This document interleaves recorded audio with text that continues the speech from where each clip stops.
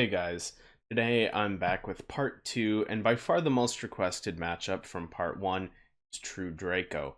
We're going to start with that deck. Like Altergeist, unfortunately, it is an extremely difficult matchup for Burning Abyss, and you're going to be losing a lot of game 1s. You want to try to end the game quickly before they start to snowball. A lot of the True Draco monsters have effects that search or set cards directly from the deck. Heritage can draw them a bunch of cards, and it can very quickly turn into an unmanageable mess for Burning Abyss. Draco checks a couple boxes for things that Burning Abyss struggles with. Of course, trap cards, because Burning Abyss can't main deck cards like Twin Twisters when it main decks Sekka's Light. And of course, the classic problem that Burning Abyss has, which is large monsters, partially helped out with Dragonic Diagram adding attack and making it so that they can't be destroyed by battle once per turn. A very easy way to sometimes sneak a win is simply farfing a True Draco monster. A lot of the time they'll end on one, say Dynamite and some back row. Just farf away the Dynamite, and sometimes you can play through the back row and just go for game right there. And most of your game 1s are likely going to be situations where you can either do that, and you win, or you can't and you lose. So there is that. Obviously, games 2 and 3, you can side in the Twin Twisters, the Red Reboots, the Then Wrestler Pankratops. Those help a lot. All 3 games, Trisbane and Phoenix, are your best friends in the extra deck, just like with Altergeist in really any trap deck matchup. Phantom Knights of Breaksword is a card that I think you should be running in your extra deck because it gets rid of Goes and Match. It is Dark Attribute, so 2 Burning Abyss monsters can out a Goes and Match. Moving on to Trickstar, we have the Trap variant, which is very similar to True Draco and Altergeist, just a little bit easier because they don't have the large monsters and they don't have the bouncing effects. They do have Reincarnation, but overall Burning Abyss doesn't have any key cards they're trying to search, and therefore Reincarnation can be somewhat mediocre against the deck. It obviously hurts if they Reincarnation away a Seer, but that's about the worst that can happen. The Mekk-Knight variant is a slightly different story. I think it's a little better right now overall. Most of the time, Burning Abyss wants to go second anyway, but this is a matchup especially where you want to make them go first. The only real threat that they have is Goes and Match. Once again, Phantom Knights of Breaksword can help with that. Side in, outs to it. If you are in a situation where you are going first especially, and this will happen as they are going to choose to go second, the Mekk-Knights can't actually get over Beatrice. They don't have enough attack. So don't panic and shotgun your Beatrice effect. Don't shotgun a Farfa. Don't shotgun a Snow effect in Grave.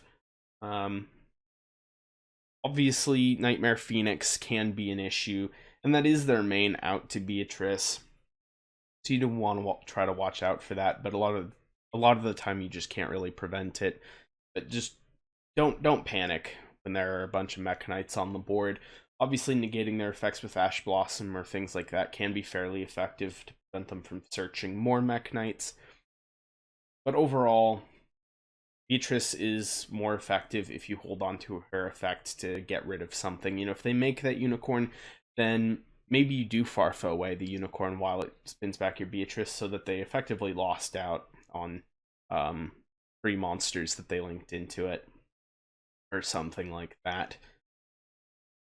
Snow in the battle phase is generally going to be more effective than in the main phase, partially because it allows you to flip one face down and block another.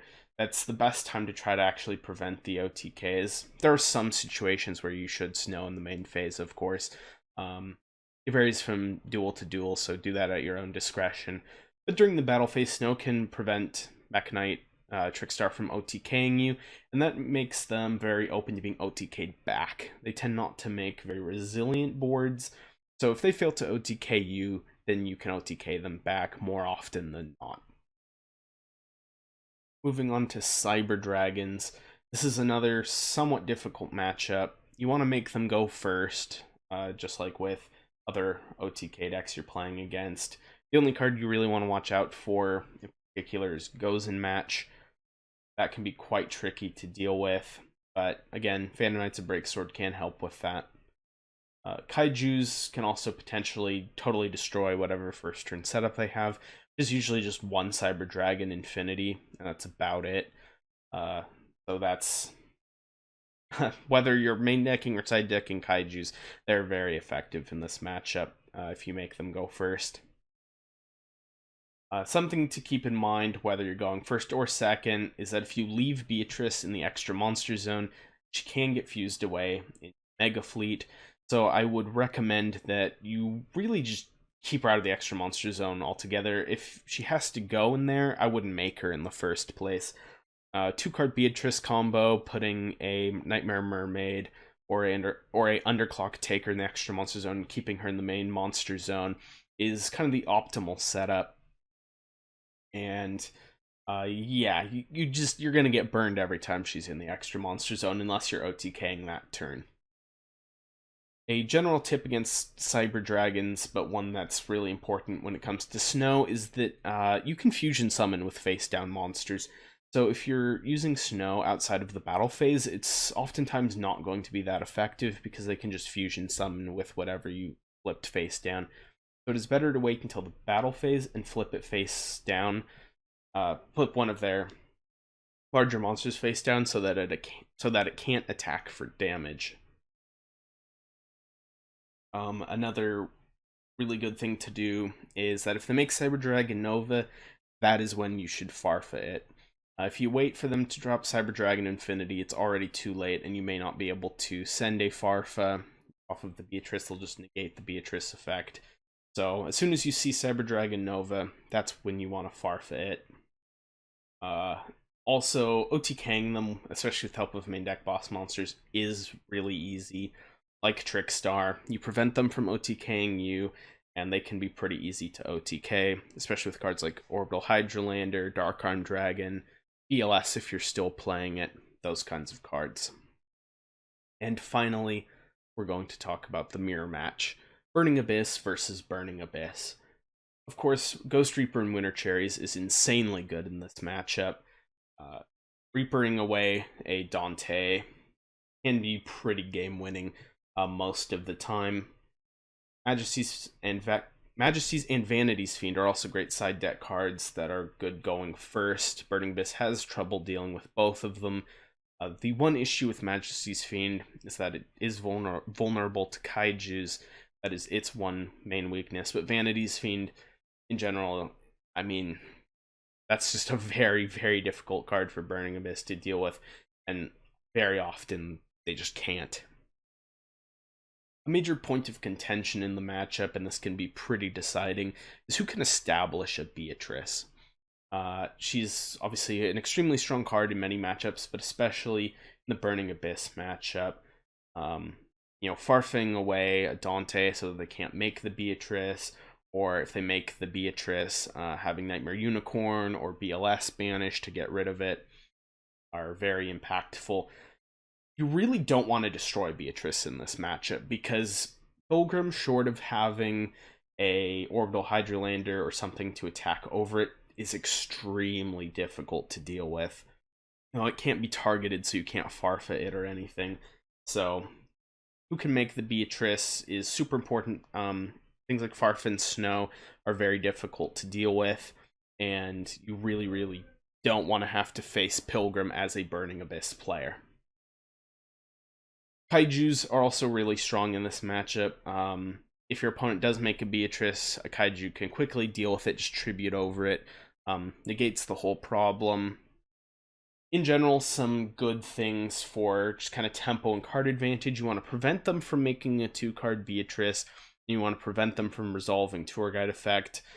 And, inversely, it's very good for you to make a 2-card Beatrice and very good for you to resolve Tour Guide effect. These are very impactful in the sense that they create a lot of just kind of like small free advantage. In mirror matches in general, just simple +1s are extremely good. because you're playing similar decks, so incremental advantage really builds up really quickly, and just a difference of 1 or 2 cards will decide the game. So cards like Sekka's Light are very good to Ash, Tour Guide, Skarm, Graph, Beatrice. Whatever you can do to build an incremental advantage in this mirror match is going to be huge for you. And that goes for most mirror matches, but especially Burning Abyss. And with that, that is all I have for you. So until my next video, I will see you guys later.